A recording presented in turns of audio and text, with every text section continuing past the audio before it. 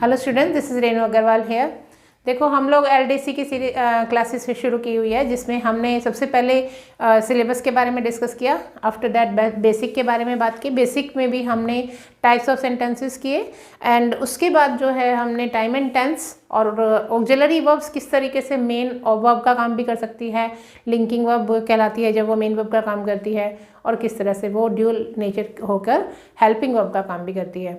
और उसके बाद हमने पढ़े उसमें एलिमेंट्स ऑफ सेंटेंसेस क्या होता है। कॉम्प्लीमेंट के बारे में भी हमने सब्जेक्ट कॉम्प्लीमेंट, ऑब्जेक्ट कॉम्प्लीमेंट के बारे में बात की, तो आप वो ज़रूर देखिएगा ताकि स्टेप बाय स्टेप आप सीखते जाएं। और आज हम बात कर रहे हैं आइडेंटिफिकेशन ऑफ टेंस। बहुत इंपॉर्टेंट टॉपिक रहता है और राजस्थान गवर्नमेंट में तो स्पेशली ये आता ही है। इसमें क्या है कि हमने जब टेंस की बात की तो हमने कहा कि टेंस क्या है। बेसिकली टेंस जो है वो वर्ब है ना। वर्ब की जो फॉर्म्स होती हैं वो डिसाइड करती है कि टेंस कौन सा है, क्योंकि वही बताती है। वर्ब एक एक्शन वर्ब भी हो सकती है और स्टेट वर्ब भी हो सकती है। वही हमें बताती है कि जो एक्शन का टाइम था वो क्या है। तो हमारे पास देखिए फाइनाइट वर्ब हम यहाँ पे यूज़ कर रहे होते हैं। हमने फाइनाइट और नॉन फाइनाइट वर्ब के बारे में डिफरेंस एक वीडियो में डाल रखा है, तो आप वो ज़रूर देख लीजिएगा। बस यहाँ पे हम फाइनाइट के बारे में थोड़ी बात कर लेते हैं कि फाइनाइट वर्ब जो है वो टेंस के अकॉर्डिंग और सब्जेक्ट के नंबर पर्सन के अकॉर्डिंग चेंज होती है, और जो नॉन फाइनाइट वर्ब होती है वो चेंज नहीं होती है। एक एग्जांपल से अगर आप समझना चाहें तो यहाँ ये समझ सकते हैं। मान लीजिए मैंने लिखा आई लाइक टू स्विम, ठीक है। ये आपके इन्फिनेटिव है, 2 + V1 कह सकते हो आप इसे। और ये यहाँ पे नाउन का काम कर रही होती है कि मुझे तैरना पसंद है। यहाँ पे आई लाइक स्विमिंग भी कर सकते हो, वो जेरेंड हो जाता, वो भी नॉन फाइनाइट वर्ब है। अब देखिए कैसे, ये जो है हमारा फर्स्ट पर्सन है।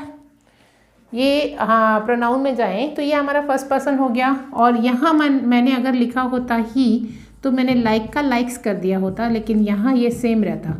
तो ये आपकी नॉन फाइनाइट वर्ब जो है वो टेंस के अकॉर्डिंग कह लीजिए और पर्सन के अकॉर्डिंग चेंज नहीं होगी। अभी तो टेंस मैंने दोनों में ही प्रेजेंट यूज़ किया। अगर मुझे यहाँ पे ही लाइक्ड करना होता तब भी ये चेंज होगा, ये आपका सेम रहेगा। अब ये देखो टेंस पास्ट हो गया, ये प्रेजेंट है, ये यहाँ पे पर्सन चेंज हो गए। तो पर्सन के चेंज होते ही यहाँ पे देखिए ये चेंजेस आ गए, ठीक है। टेंस के चेंज होते ही यहाँ पे भी ये चेंज आया, और ये आपको तीनों में सेम दिख रहा है। तो जो फाइनाइट वर्ब है वो अकॉर्डिंग टू टेंस चेंज हो जाती है, according to number and person change हो जाती है सब्जेक्ट के। तो ये तो था कि फाइनाइट और नॉन फाइनाइट में डिफरेंस क्या है। बाकी बहुत डिटेल है नॉन फाइनाइट की, उसके बारे में अभी हमने डिस्कस किया नहीं है। आने वाली वीडियोस में करेंगे हम उसका, क्योंकि अभी हमें फाइनाइट की ज़रूरत है।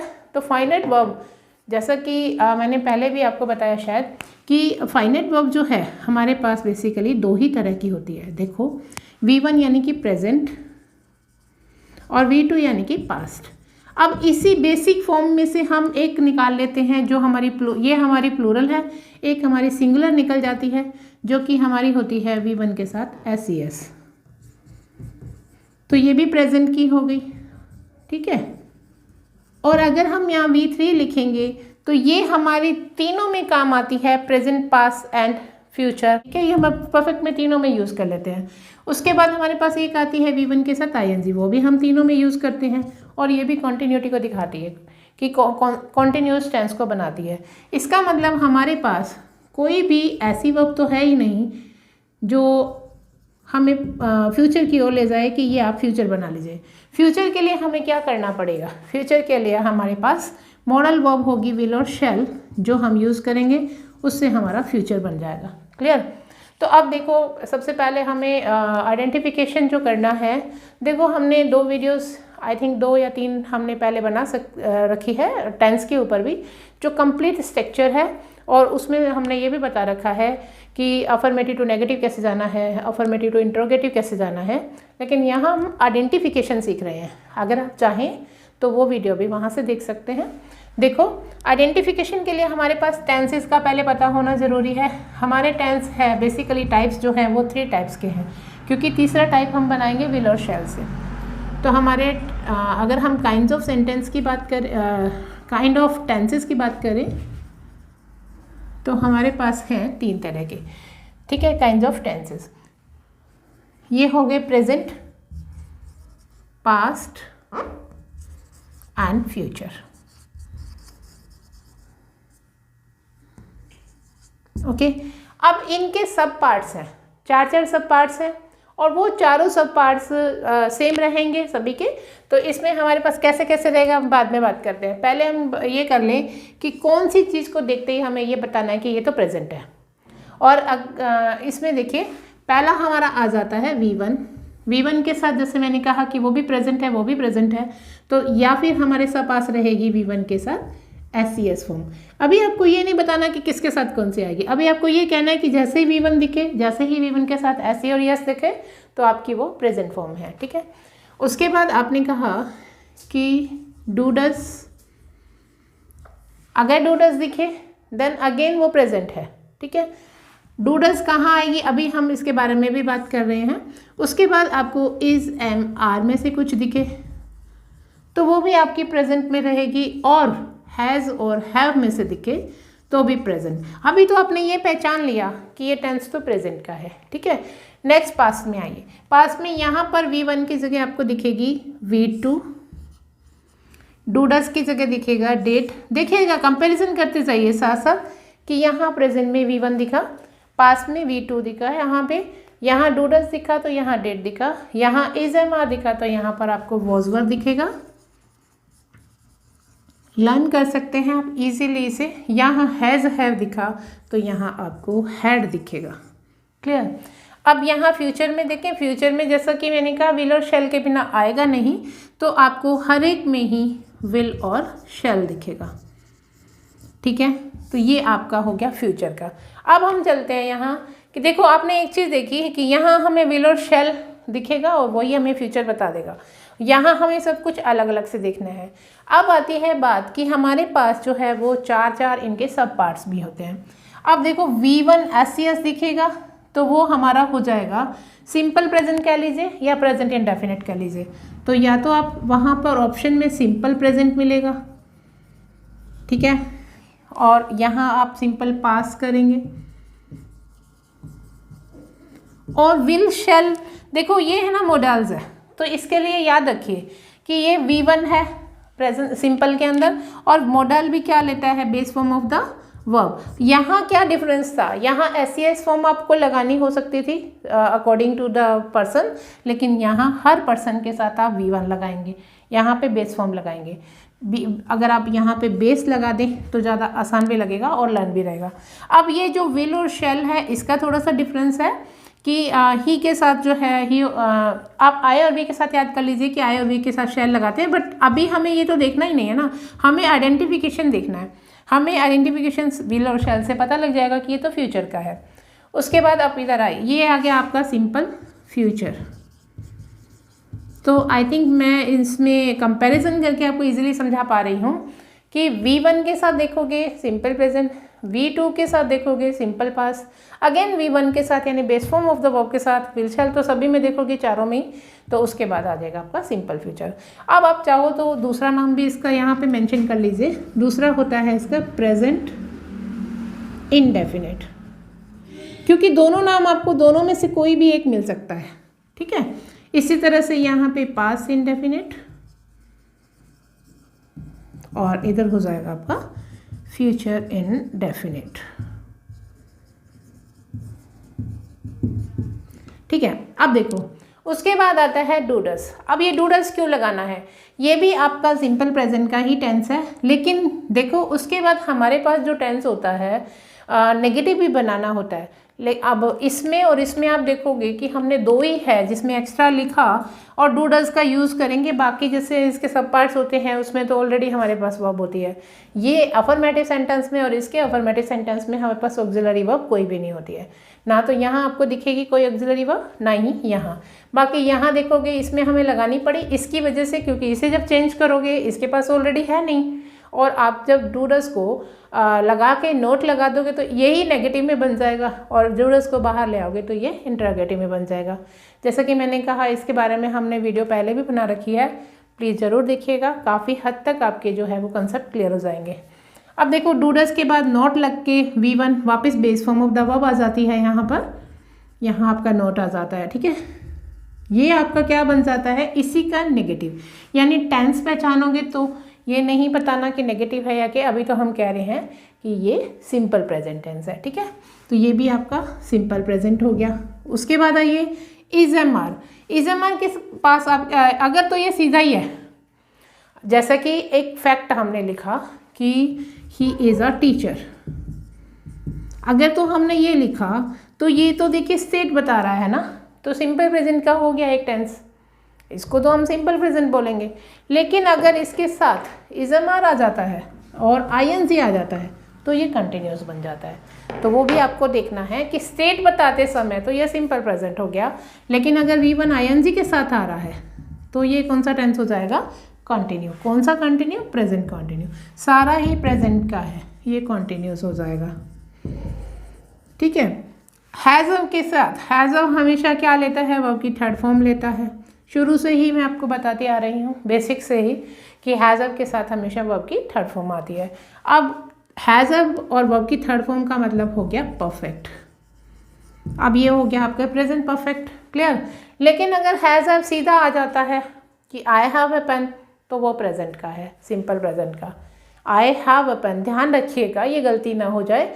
आई हैव अ पेन आ जाता है तो वो प्रेजेंट, सिंपल प्रेजेंट का है, क्योंकि हैव वहाँ पर वर्ब की फर्स्ट फॉर्म है, बेस फॉर्म है, और बेस फॉर्म वाला कौन सा होता है? Simple present. कहीं हैव से गलती नहीं लग जाए। इज एम आर भी क्या है? बी की फॉर्म्स है, जैसा कि हम ऑक्सिलरी वर्ब्स में सीख चुके हैं कि बी की फॉर्म्स में ये हमारी प्रेजेंट फॉर्म्स होती है ना।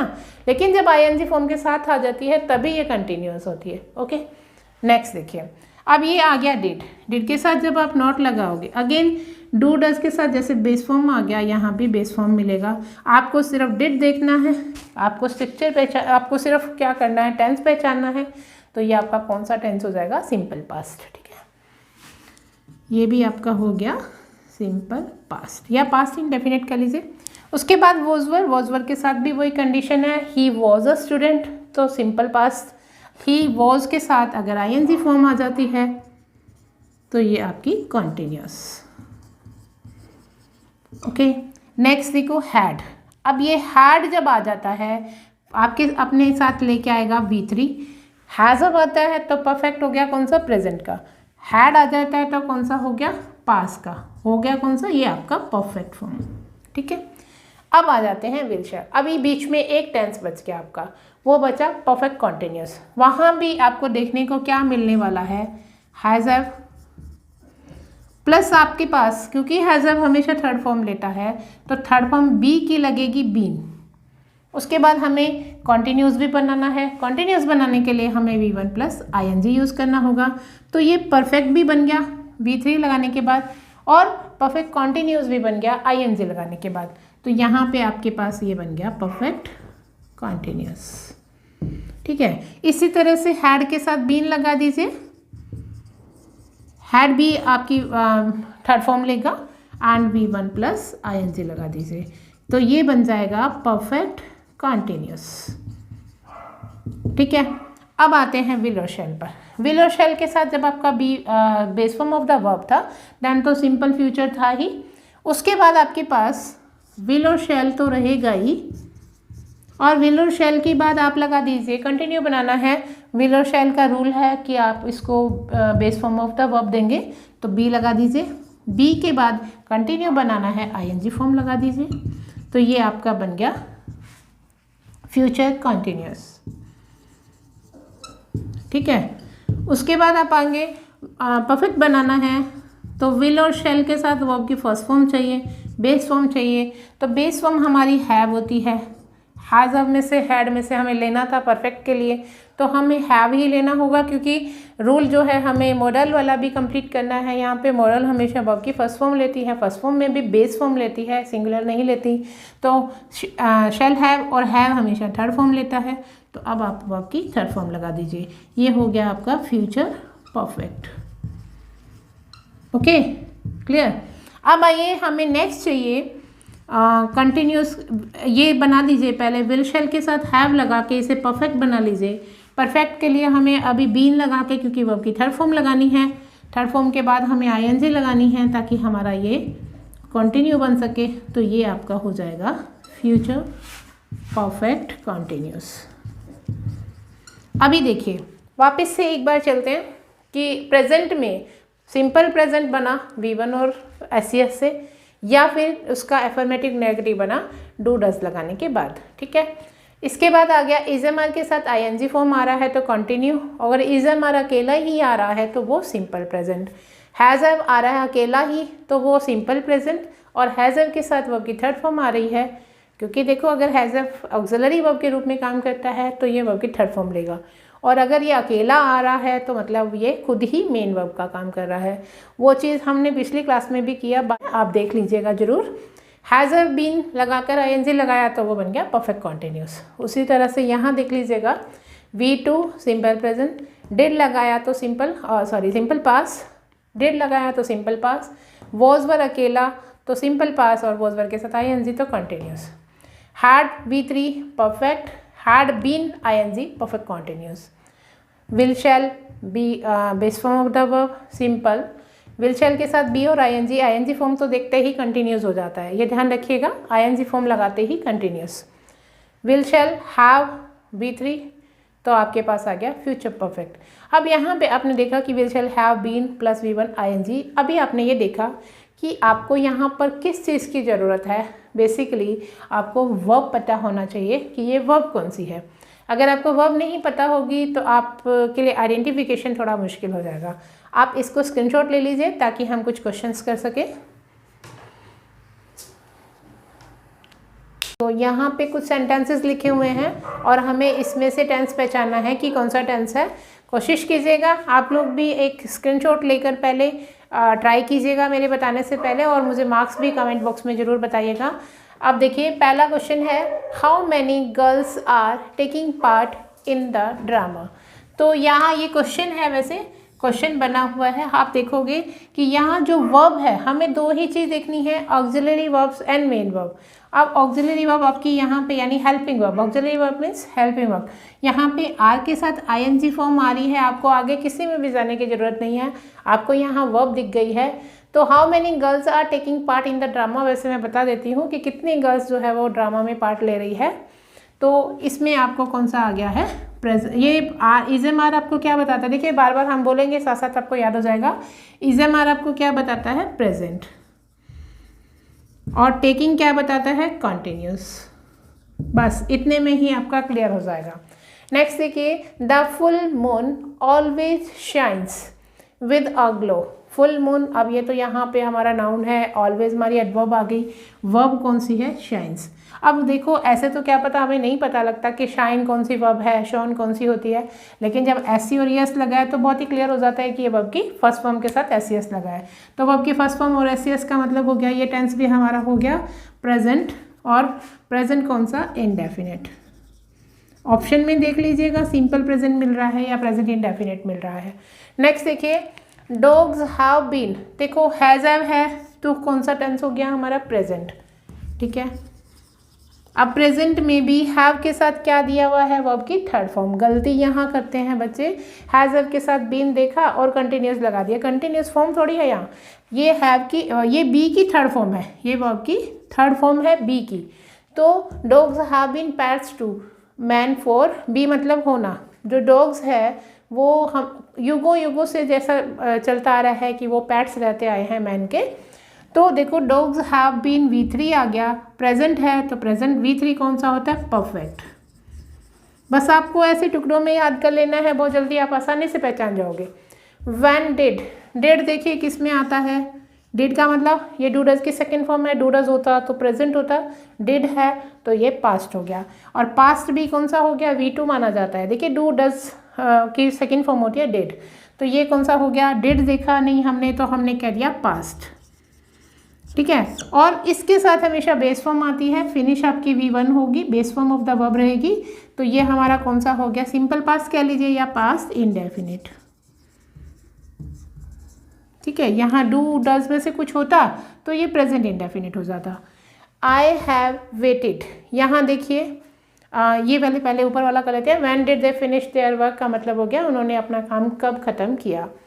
I have waited for this moment, मैंने बहुत इंतज़ार किया है इस मोमेंट का, कब से, सिंस चाइल्डहुड है, तो यहाँ पे देखिए यहाँ पे आ गया प्रेजेंट। आप हैज़ हैव को देखते ही प्रेजेंट मार्क कर दीजिए, प्रेजेंट कौन सा, V3 को देखते ही परफेक्ट मार्क कर दीजिए, ये V3 है आपकी। I have never met you before, मैं तुमसे पहले कभी नहीं मिला, मीन्स फिर आपका ये हैव आ गया है, तो यहाँ पे भी ज़्यादा ही आ गए हैव के, तो ये भी आपका प्रेजेंट हो गया। और ये मैट जो है, मीट की सेकंड एंड थर्ड फॉर्म ये मैट होती है, तो ये आपकी वर्ब की थर्ड फॉर्म होगी, तो ये हो गया आपका परफेक्ट। अब ये कौन सा टेंस बन गया, प्रेजेंट परफेक्ट।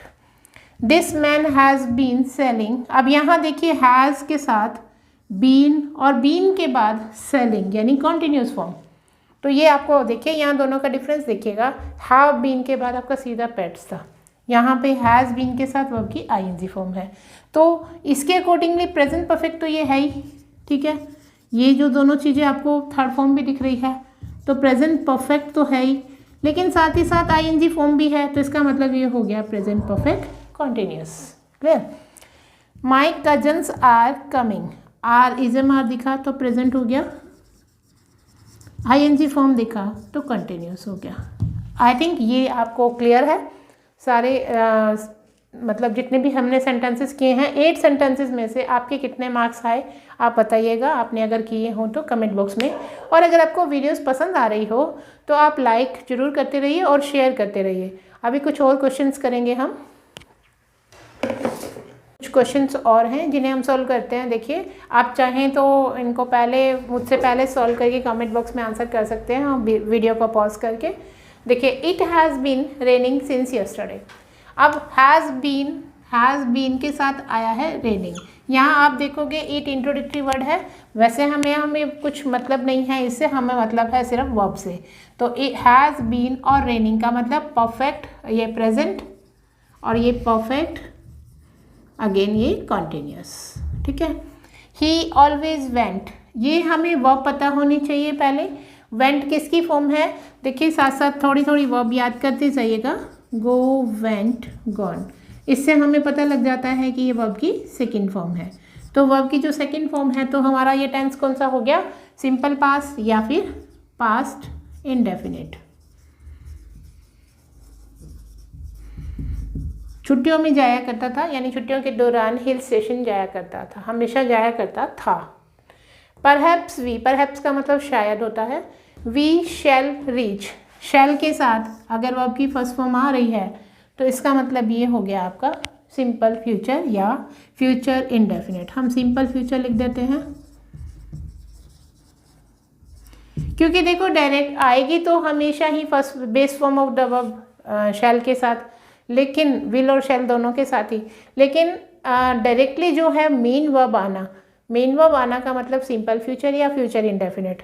अगर आएगी दूसरी बार आएगी तो बी आएगी, बी के साथ कंटिन्यूस, तीसरी बार आएगी तो हैव आएगी, हैव के साथ परफेक्ट हो गया, हैव मतलब वर्ब की थर्ड फॉर्म, या फिर हैव के साथ बीन लगाकर आईएनजी फॉर्म यानी परफेक्ट कंटिन्यूस।